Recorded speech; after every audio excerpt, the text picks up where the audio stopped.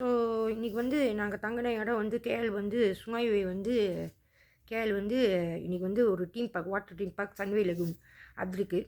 அப்போ அங்கே வந்து நாங்கள் இருக்கும்போது மழை பெஞ்சா வந்து இந்த தண்ணி பாம்பு வருது. அப்புறம் அந்த புழு வால் இருக்கும் அந்த புழுலாம் வரும். வெள்ளம் ஏறும். இன்னும் என்னன்னா ஆ எப்போ விளையாட போனாலும் லீவில் எப்போ விளையாட வெளியே போனால் மழை பெய்யும், உள்ளுக்கு வந்தால் மழை பெய்யாது. வெளியே போனால் மழை பெய்யும், உள்ளுக்கு போனால் இன்ன வரைக்கும் அதை காமிச்சிக்கிட்டு இருக்கானுங்க. அப்போ ஆரம்பித்தது இன்ன வரைக்கும் காமிச்சிக்கிட்டு இருக்காங்க. ஆனால் இது வந்து என்றைக்கு தான் வந்து ஒரு நிலைக்கு வரப்போகுதுன்னு தெரில. இன்னொன்று வந்து இன்றைக்கி நான் தான் இந்த உண்மையை வெளியாக்கணும். என்னோட முடிஞ்சிடுச்சு. உண்மையை வெளியாக்கி இதை வந்து பெரிய இடத்துக்கு போனோன்னே இதை வந்து யோசித்து அவங்க கையில் கொடுத்தோன்னே இது என்ன சொன்னாங்க, ஐநா சபையா அதுக்கெலாம் போவோம் அப்படின்னு நான் சின்ன பிள்ளையில் வந்து காதோரமாக கேட்டிருக்கேன். ஸோ இன்றைக்கி வந்து அதை மூடி மறைச்சி இன்றைக்கி மஸ்த மூவி பார்த்தா என்னமோ நம்மளோட மினிஸ்டர் தான், நம்ம மலேசியா மினிஸ்டர் தான் வந்து பிள்ளைங்களாம் கடத்துகிறாங்க, என்னென்னமோ செய்கிறாங்க அப்படின்னு. மஸ்த மூவியில் அப்படியே எங்கள் ஆசிரமத்தில் என்ன நடந்துச்சோ எனக்கு கொஞ்சம் பேர்த்துக்கு அதே மாதிரி அந்த மஸ்த மூவி எடுத்திருக்காங்க. ஸோ அது உண்மையாக பொய்யான்னு எனக்கு தெரியாது. இல்லை கதை கட்டியிருக்காங்களா இல்லை கதையை மாற்றிருக்காங்களா எனக்கு தெரியாது. ஸோ இந்த மாதிரி தான், வெளியே போனால் மழை பெய்யும், விளையாட போனால் வீட்டில் இருந்தால் மழை பெய்யாது. திருப்பி வெளியே போனால் அந்த மாதிரி 10 டீப்பு கூட ஒரு நாளைக்கு செய்வாங்க. இந்த மாதிரி நான் நினைக்கிறேன் ஒரு 100 டீப்புக்கு மேலே இன்றைக்கி வரைக்கும் நான் வந்து அதை அனுபவிச்சுக்கிட்டு இருக்கேன். நீங்கள் வந்து பணத்தை தான் சாப்பிட்ணுன்னு சொல்லிட்டா, நீ சாப்பிட்ற வரைக்கும் சாப்பிட்டு என்னை விட்ருக்கணும், என் குடும்பத்தை விட்ருக்கணும். இது வந்து ஒரு நிலைக்கு வராது, சாவு நடந்துக்கிட்டு தான் இருக்கும், கொல்ல தான் போகிறாங்க அப்படி நான் வந்து நீ பாதியிலே விட்ருக்கணும். மருந்து குடித்தாலும் சரி, டார்ச்சர் தாங்க முடியாமல், அடி தாங்க முடியாமல் 4 வயசுலேருந்து அடிக்க சொல்லி மருந்து குடித்து 2 வாட்டி காப்பாற்றி வேலைக்கு அனுப்பி 4 மடங்கு வேலை செய்ய வச்சு திருடிட்டேன் மொத்தத்தையும். இன்றைக்கி ஒரு உடுப்பு அவன் அப்பா இருக்கிற வரைக்கும் தான் புது உடுப்பு போட முடியும். தீபாவளிக்கோ ஒரு பிறந்த நாளுக்கோ அப்பா வாங்கி கொடுக்குறது. அப்பா செத்தார், அம்மா வந்து காசு கொடுத்து வாங்கி கொடுப்பாங்க கிறிஸ்டின் வீட்டில் இருந்தேன். இன்னொன்று வந்து அந்த ரூமா பஞ்சாங்கன்னு சொல்கிறது, வீடு நீட்டாக இருக்கிறது, பலகை வீடு, அது வந்து எடுத்தாங்களாலே உங்களுக்கு ஆட்டோமேட்டிக்காக ஃப்ளாட் வீடு தான் கிடைக்கும். கவர்மெண்ட் வந்து உங்களுக்கு ஃப்ளாட் வீடு தான் அலர்ட் பண்ணி கொடுக்கும், அந்த வீட்டுக்கு ஒரு ஃப்ளாட் வீடு. ஆனால் எப்படி வந்து நான் தங்கின கிறிஸ்டின் வீட்டுக்கு வந்து கல்வி வீடு கிடச்சிச்சு, 2 மாடி வீடு அப்படின்னு எனக்கு தெரியல. எல்லாத்துக்கும் ஃப்ளாட் வீடு. பக்கத்தில் ஒருத்தர் இருக்கார், கவர்மெண்ட் வேலையாக தெரியல, அவங்க பேர் மாரியம்மா, அவங்க அம்மாவும் அப்படி தான், அவங்களும் அப்படி தான். இவங்களாம் என்ன செஞ்சாங்கன்னு தெரியல. ஆனால் செஞ்சவங்களுக்குலாம் அதான் சொல்கிறேன்ல, ஆசிரமம் வரைக்கும் சின்ன பிள்ளையிலேருந்து யார் என்னை சுற்றி வந்த வரைக்கும் கம்பெனி, நல்ல பிஸ்னஸ்ஸு, லோரி ஓட்டுறது. எங்கள் அப்பாவை கூட கேட்டிருந்தாங்க, இந்த மாதிரி ஆஸ்திரேலியாவில் பழம் பொறுக்கிற வேலைன்னு எங்கள்கிட்ட வந்து சொல்லிகிட்டு இருந்தார். எனக்கு புரியல. அப்படின்னா என்ன வேலைன்னா, நல்ல சம்பளம், ஆப்பிள் பொறுக்க போகணும், வெளியூர் ஆஸ்திரேலியாலனா அப்படின்னு போவாமான்னு கேட்டார். எங்கள்கிட்ட கேட்டார், எங்கள் அம்மாட்ட என்கிட்ட என் குடும்பத்திட்ட உட்காந்து பேசினார். அப்போ எனக்கு புரியல. அப்போ உங்களுக்கு பிடிச்சிருந்துச்சுன்னா நீங்கள் போங்க அப்படி தான் நான் சொன்னேன் தவிர வேறு ஒன்றுமே எனக்கு புரியல. ஆனால் அவர் போகல.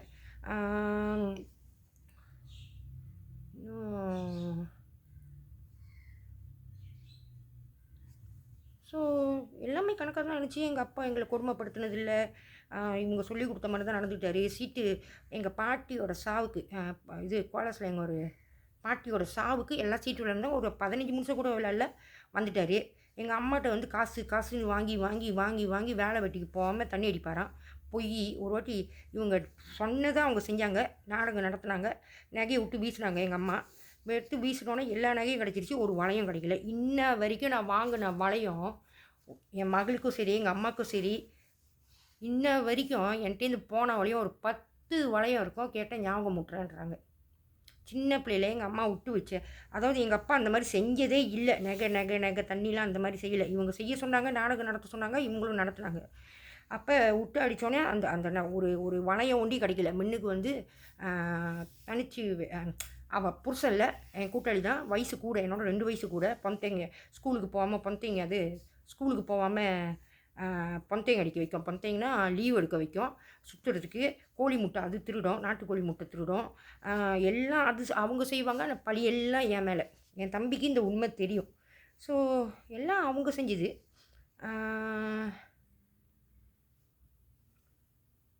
இவங்க செஞ்சது. ஸோ உனக்கு வந்து ஒரு ஈடுபாடு இல்லை, ஒரு ஒரு இதுதான் நம்ம டார்கெட்டு, இதுதான் நம்ம செய்ய போகிறோம் அதுவும் இல்லை. யார் கேட்டு என் உடம்புல இம்ப்ளான்ட் போட்டாங்கன்னு தெரியாது இன்னைக்கு.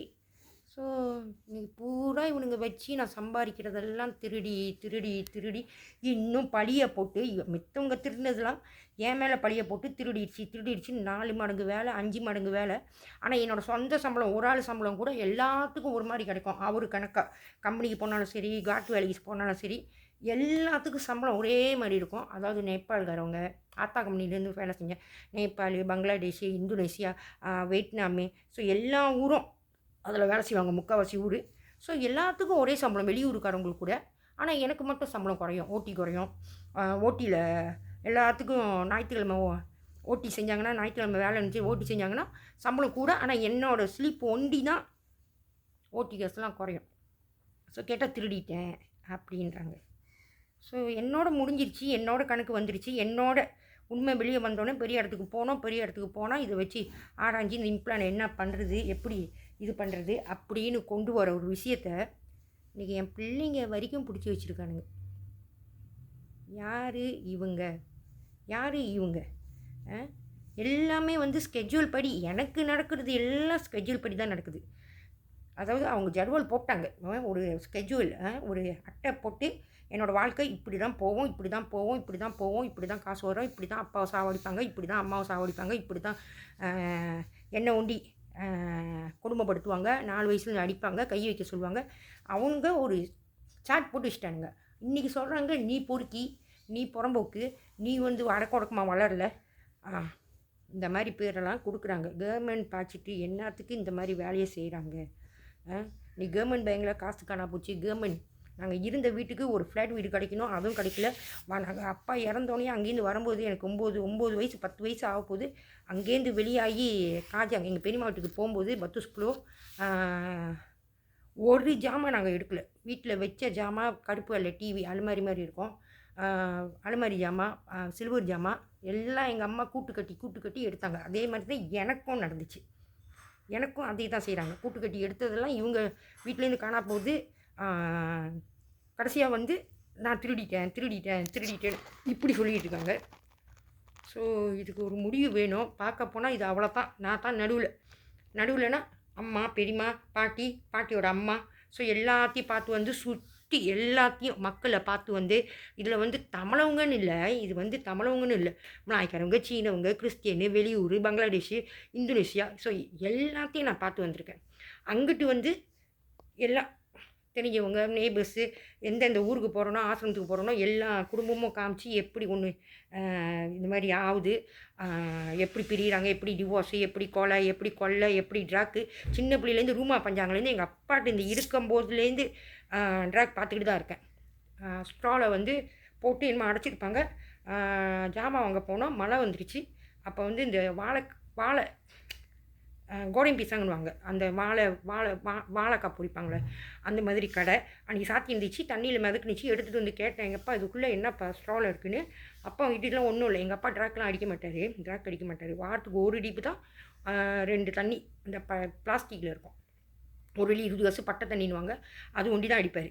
ஸோ இவங்க சொன்னது எல்லாம் எங்கள் குடும்பம் செஞ்சிச்சு, நாடகம் நடிச்சிச்சு. ஆனால் உண்மையிலே அதை உண்மையாக்கி எங்கள் அப்பா குடும்பப்படுத்துகிறாரு, தண்ணி அடிப்பார், வேலைக்கு போக மாட்டார், அம்மாட்ட வந்து காசு கொடுங்குறாரு, எல்லாத்தையும் உண்மையாக்கி கொண்டுட்டானுங்க அப்பா மேலே பழிய போட்டு. அதுக்கு என் தம்பியும் உடந்த.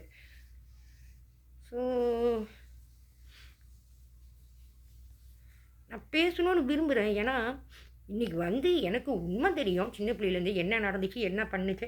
இவங்க வந்து அஃபிஷியலாக போட்டாங்களா, இல்லை இவங்க இஷ்டத்துக்கு கிடச்சிட்டாங்க ஒரு பிள்ளை, இதை வச்சு டெஸ்ட் பண்ணுவோம், எவ்வளோ சம்பாதிக்க முடியும், எவ்வளோ கூலி பண்ண முடியும், எவ்வளோ காசு சம்பாதிக்க முடியும், என்னென்ன பண்ண முடியும்னு இவனுங்க வந்து டெஸ்ட் பண்ணியிருக்கானுங்களா என்னை வச்சு, எவ்வளோ பெனிஃபிட்டு ப்ராஃபிட்டு ஒரு பிள்ளைய வச்சுருந்தா. சின்ன பிள்ளையிலேருந்து 4 வயசுலேருந்து குடும்பம் பண்ணுறாங்க, அசிங்கம் பண்ணுறானுங்க, அநியாயம் பண்ணுறானுங்க. அப்போ அந்த மாதிரியா இல்லை என்னான்னு எனக்கு தெரியல.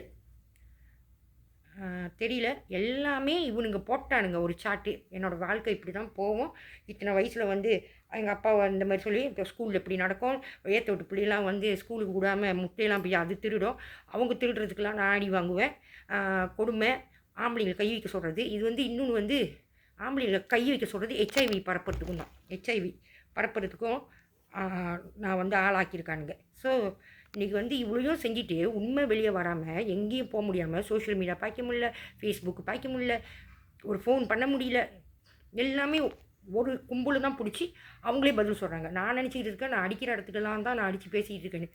ஆனால் இல்லை, ஒரே கும்பல் தான், ஒரே குரூப்பு தான் என் ஃபோனை பிடிச்சி எல்லாமே செஞ்சுக்கிட்டு இருக்காங்க. ஸோ நியாயம் கிடைக்காத ஒரு விஷயத்துக்கு பொய் சொல்லி இந்த மாதிரி செஞ்சுட்டு இன்றைக்கி பிள்ளைங்க வரைக்கும் பிடிச்சி வச்சுருக்காங்க. பிள்ளைங்க எனக்கு எதிராக பேச சொல்கிறாங்க, எனக்கு எதிராக பொய் சொல்ல சொல்கிறாங்க. என் கூட வாழ்ந்தவங்களுக்கு ஹெச்ஐவி இல்லை, ஆனால் எனக்கு ஹெச்ஐவியாக இன்னும் சிங்கப்பூரில் தான் வேலை செய்கிறாங்க. ஸோ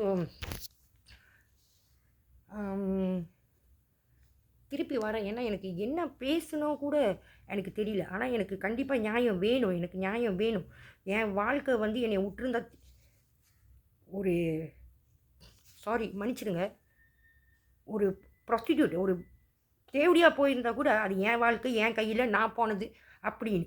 இவனுங்க அங்கே ஒன்று சொல்லி அங்கே ஒன்று நடித்து நல்லவங்க மாதிரியே நடித்து இங்கே கொண்டு வந்து அடித்து உதச்சி வாழ்க்கையை கொடுக்காம வாழ விடாமல்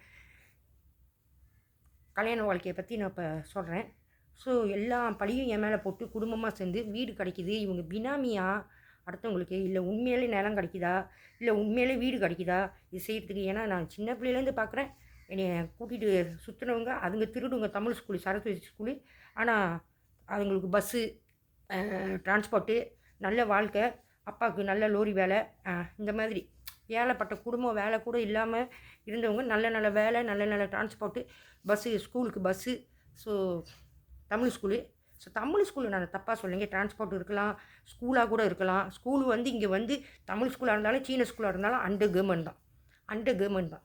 ஸோ ஆசிரமத்துக்கு போனால் அதுங்களும் அப்படி தான். கூட்டாளிங்களாம் சேர்ந்து செஞ்சு விடுங்க, இதுங்க காதலிக்குங்க, டேட்டிங் பண்ணுங்க, முத்தம் கொடுக்குங்க, மோகனா முனியாண்டி எம்ஐசி வரைக்கும் சீன பாய் ஃப்ரெண்டு. அங்கே ஆசிரமத்தில் முக்கால்வாசி சீன தமிழவங்க முக்கால்வாசி பேர். ஆம்பளை சீனனாக இருக்கலாம், பொம்பளை தமிழாக இருக்கலாம், இல்லை பொம்பளை சீனனாக இருக்கலாம். அந்த மாதிரி சீன பிள்ளைங்க எல்லாம் வந்து தமிழ் பேசுங்க.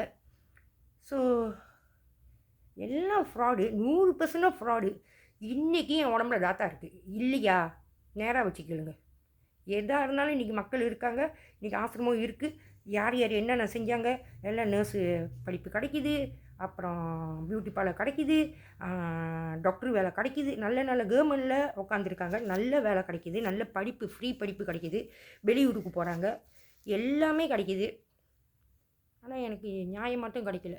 ஸோ திருப்பி வரேன், அவங்கவுங்க சுயநலத்துக்கு அவங்கவுங்க வாழணும்னு சொல்லிட்டு, அவங்கவுங்க குடும்பம் வாழணும்னு சொல்லிட்டு, சொந்த கூட்டாளி, சொந்தக்காரவங்க, மாமா எல்லாமே செஞ்சுருக்காங்க. ஆனால் திருப்பி வரேன்.